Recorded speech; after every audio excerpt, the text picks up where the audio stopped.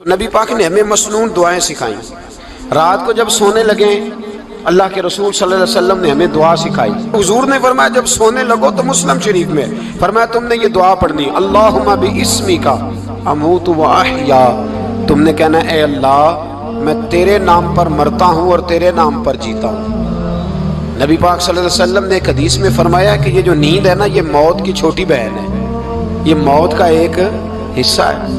جس طرح انسان سو جائے تو کوئی خبر نہیں ہوتی کیا ہو رہا ہے, بالکل وہ اٹھا ہے تو اس نے کہا ہو یہ کیا ہوا.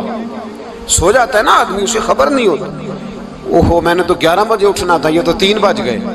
اب اسے خبر نہ رہی. سوتے ہوئے لوگ چوری کر لیتے ہیں, بلکہ اس طرح بھی ہوتا ہے کہ آدمی نے گکھڑ اترنا تھا, وہ پنڈی سے آ رہا تھا لیکن وہ سویا ہوا تھا. آنکھ تب کھلی جب کاموں کی آ گیا تھا. اب اس کا اس پر زور تو فرمایا کیا پتا اب تو کھل گئی کاموں کی, جا کے لاہور جا کے کسی جگہ پہنچ کے تو یہ بھی ممکن ہے کہ کھلے ہی نہ, نیند ہی موت کا سبب بن جائے. تو کہہ کے سو کہ یا اللہ تیرے نام پہ سو رہا ہوں. اللہ کس نام پہ سو رہا ہوں یار. اگر ہم ان دعاؤں کا حسن سمجھے مت اللہم باسمک اموت و احیا, یا اللہ میں تیرے نام پہ سوتا ہوں اور تیرے نام پر اٹھتا ہوں. گویا کہہ رہا یا اللہ میری نیند بھی تیرے فضل سے ہی ہے, اور اگر آنکھ کھل جائے تو وہ بھی تیرے فضل سے ہی ہے. کتنا اعلیٰ نبی پاک علیہ السلام نے انداز سکھایا. اور پھر بخاری شریف میں حدیث موجود ہے, فرمایا جب اٹھو تو کہو الحمدللہ الذی احیانا بعد ما اماتنا والیہ النشور. فرمایا جب تم سو کے اٹھو تو پھر کہو اے اللہ ساری تعریفیں تیرے لیے, تمام تعریفیں جس نے ہمیں موت کے بعد حیات دی. موت کے بعد فرمایا احیانا بعد ما اماتنا, ہمیں مرنے کے بعد گویا اللہ کا شکر ادا کر کے آنکھ کھل گئی. دیکھیں کس طرح اسلام مسلمان کو اللہ کے ساتھ جوڑتا ہے. فرمایا شکر کر, آنکھ کھل گئی. کہ یا اللہ تیرا شکر ہے تو نے موت کے بعد ہمیں دوبارہ حیات عطا فرمائی, یہ شکر ادا کرو. گویا تم یہ نہ کہنا کہ میں اٹھ گیا ہوں تو میرا کمال ہے, یہ نہ سمجھنا میں اٹھ گیا ہوں تو میں بڑا پابند ہوں, جب میں ارادہ کر لوں کہ میں نے 11 بجے اٹھنا ہے تو پھر میں اٹھ جاتا ہوں. یہ نہ کہنا کہ یہ الارم بڑا اچھا ہے, یہ مجھے اٹھا لیتا ہے. ذہن کے اندر خیال کر کہ نیند تو موت کی طرح تھی, یہ جو میں اٹھ گیا ہوں تو اپنے رب کے فضل سے اٹھا ہوں. جو میں اٹھ گیا ہوں, جو ابھی اٹھے ہیں وہ تو بول دینا کم از کم کہ میں اپنے رب کے فضل سے اٹھ گیا. تو دعا سکھائی. پھر دیکھیے نبی پاک صلی اللہ علیہ وسلم نے فرمایا جب تم بیت الخلاء میں جاتے ہو نا, واش روم میں جاتے ہو تو گندی چیزیں ہوتی ہیں وہاں, شیطان ہوتے ہیں, جنات ہوتے ہیں, یہ گندگی پہ ہوتے ہیں. جب تم واش روم جاؤ, بیت الخلاء جائے, تب بھی دعا مانگو. کیا دعا مانگو؟ وہ دعا بھی نبی پاک صلی اللہ علیہ وسلم نے ہمیں تعلیم فرمائی اور بخاری میں ہے. کہا پڑھا کرو اللہم انی اعوذ بک من الخبث والخبائث.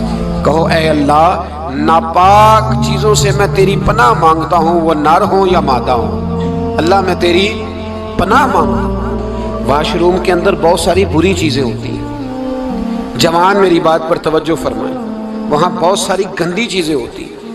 انسان کئی دفعہ واش روم میں جاتا ہے اسے وسوسے زیادہ آتے ہیں.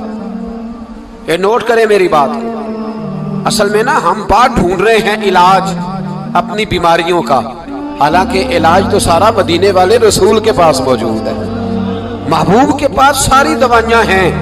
تو نبی پاک علیہ السلام دیکھیں نا, انسان واش روم میں جاتا ہے اسے وسوسے آتے, برے خیالات آتے, وہ گناہ کی طرف کئی دفعہ مائل ہوتا ہے. تو کہا تو دعا پڑھ کے جا اللہم انی اعوذ بک, یا اللہ میں تیری پناہ مانگتا ہوں من الخبث والخبائث, ہر خبیث اور بری چیز سے میں تیری پناہ مانگتا ہوں, وہ نر ہو یا یار. کتنا عظیم دین ہے, کتنا عظیم میرے مصطفیٰ کریم کا وہ والا دین ہے. اصل میں اللہ کرے پی اے پاس بچے کو بیت الخلاء کی دعا بھی یاد ہو جائے, ایسے یاد ہو جائے, اور اس کے ماں باپ سمجھ لیں کہ جوان ہو گیا ہے, اب ہو سکتا ہے اس کی طرف شیطان حملہ زیادہ کرے, اسے خراب کرنے کی کوشش کرے.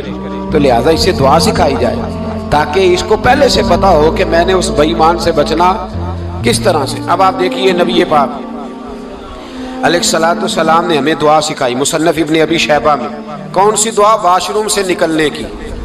اللہ اکبر، بڑی زبردست دعا ہے، بڑی زبردست. آپ یقین کریں اس ایک ایک دعا پر ایک ایک پورا بیان ہو سکتا ہے، ایک ایک. یہ اس لیے نہیں میں کہہ رہا کہ میں کوئی عالم فاضل آدمی ہوں، آپ کہیں گے کہ بتا رہے ہیں میں بڑا پڑھا لکھا ہوں.